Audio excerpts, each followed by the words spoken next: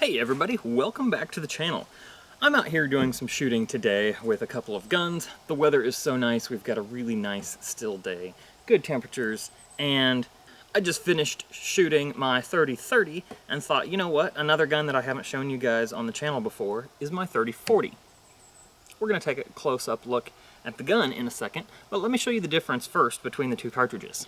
Alright, here's the 30-30 and the 30-40. Up close, you can see that the 30-30 is significantly smaller. You've got a narrower case with a smaller base, and it's shorter as well. Original, or the main military loading of the 30-40 Krag was a 220 grain round nose bullet traveling at about 2,000 feet per second. This ammo that we're shooting today does have a 180 grain bullet, so keep that in mind. The 30-40 came first. This cartridge was introduced in about 1892 for military trials, I think in 1893, if I'm remembering right. I could be slightly off on those years. And the 30-30 was introduced in 1895, just a couple of years after.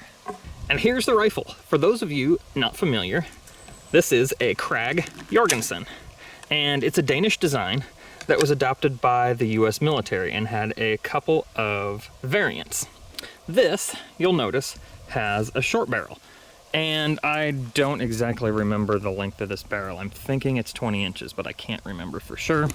Anyway, there were both rifles and carbines made. The carbines are significantly more valuable, but this isn't a real one. There's a few things that anybody who's a collector might have noticed. We've got a Springfield 1903 front sight here, and we have no leaf spring right here securing the front barrel band. Those two things are nearly a dead giveaway that this was originally a rifle. This is a model of 1896, if I can get it to focus there on the receiver.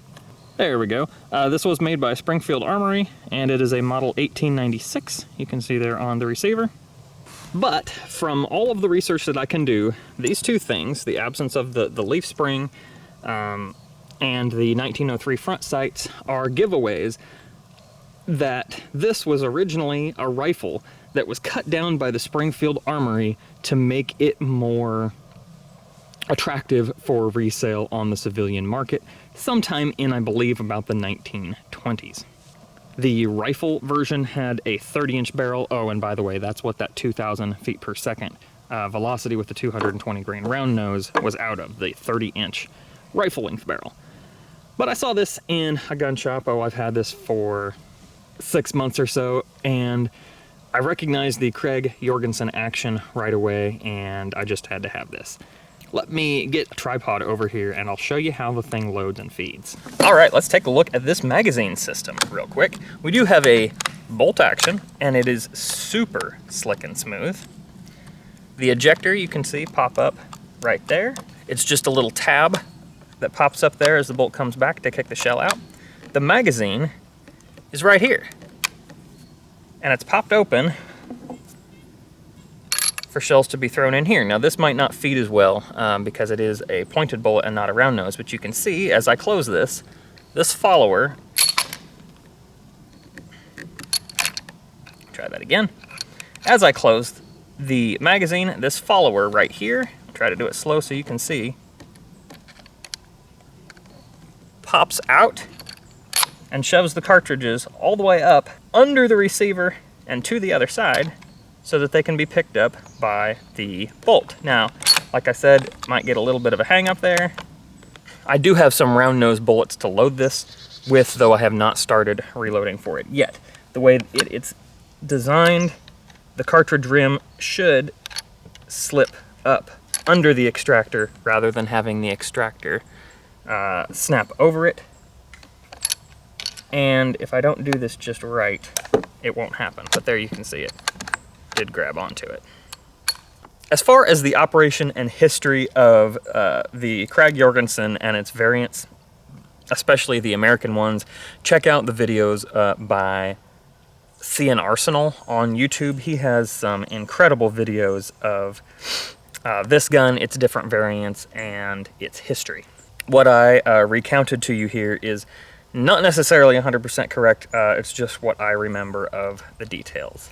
The sight that we have here, the rear sight, I already know, so it's got a flip-up ladder, and I found a place where this lines up at 50 yards to shoot, but I already know that with it flipped down and it clear back here, it's hitting several feet low. So what I want to try today is sliding it all the way up that it can go on this ramp, but leaving it flipped down. I'm thinking I can maybe get something to work here. This sight is adjustable for windage, and we might look at that in a few minutes here. But we're losing light, so let me throw up a target camera and a target, and we'll get to shooting here at 50 yards and see what we can do. One neat thing that I forgot to mention about this action is it does have a magazine cutoff. So in the up position, this will feed from the magazine. In the down position, throw a cartridge in there and close it. It does not feed from the magazine. But as soon as I flip this lever up, the cartridge becomes available and gets picked up. The ammo that I'm shooting today was loaded by the gentleman that owned this before. Several of the milsurps that I have were all owned by the same guy who brought them into my local gun shop, and I've picked up a few of the pieces from his collection. But he did load some ammo, and he included a little bit of it with this rifle. I also have some Hornady brass for 30-40 that we'll be playing around with in the future. I do have the chronograph turned on for kicks and giggles. Show you the great thing about this particular magazine design. I've got 3 rounds. Just dump them in and flip it closed, and that's it. Okay, I didn't get under the extractor. Like I say, I will be loading with round nose bullets soon. There we go, I'm under the extractor. I don't want to mess this up too much. Like I said before, I'm not supremely confident in where the sights are right now. The target is at 50 yards. I've got an 8-inch round circle. Maybe it's 6 inches. Yeah, I think it's a 6-inch circle. And that's going to provide my aim point, but I've got a target around it. There's a couple groups down there that I was shooting the 30-30 at earlier. Just going to try to get halfway steady here, and we'll see about shooting this. I'll take 3 shots and then go down range and see where it's hitting. Very mild recoil on this as well. We're getting 21-23 for the velocity on that one.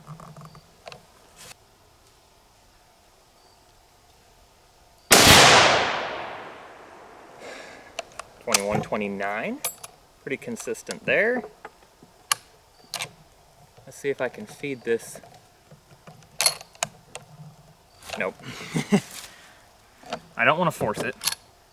This is a very old rifle.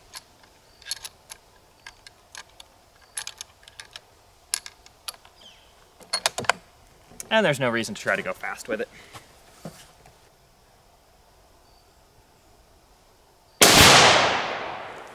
All right, let's see where my shooting landed those shots.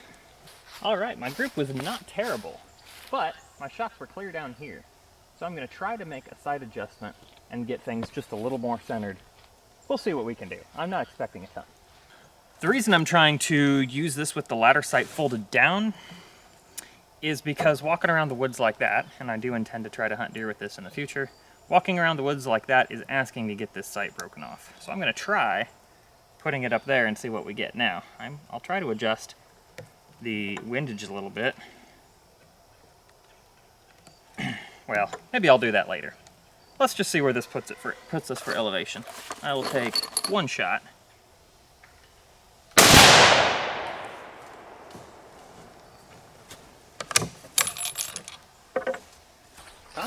That actually put the elevation just about perfect.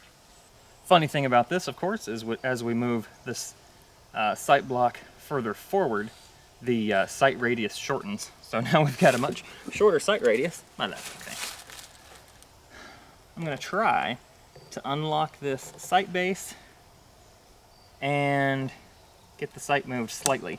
This whole thing will tilt side to side. There. Okay, so you can see how it is moving there once it's unlocked.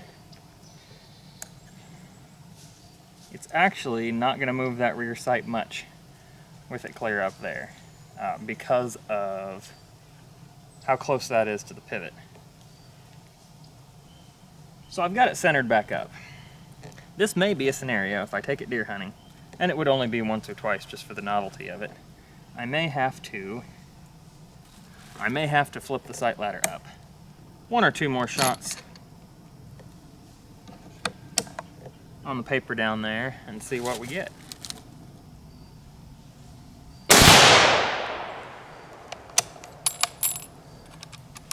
This does have a halfway decent ejection if I pull the bolt handle to the rear hard enough. Maybe I'll try that on the next one, but I really don't want to be rough with it.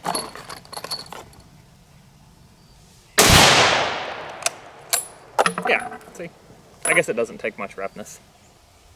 I am back to not being on the paper. I think what I'm going to do is bore sight this, so it's a good opportunity to show you how the bolt comes out.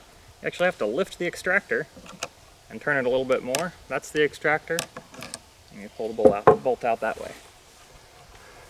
We'll do a quick bore sight here and see which direction we were. That's fairly close there.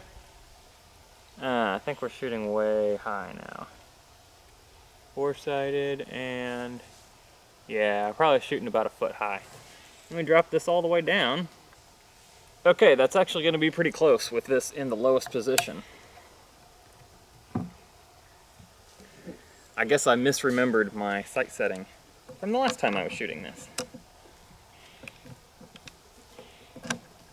Okay, and then that, get it aligned in its slot, gently turn it back in, and the bolt's back in.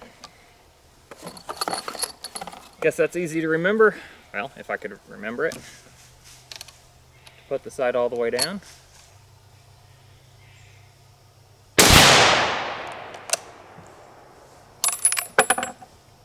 I'll throw one more shot down there for the heck of it.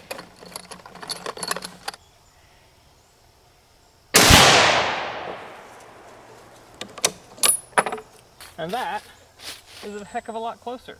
We are still quite a bit over to this side, but I think I can make my adjustment now, and it should be pretty close.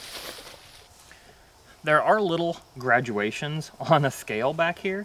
I moved it one notch. We'll see where that puts us. It might be too much.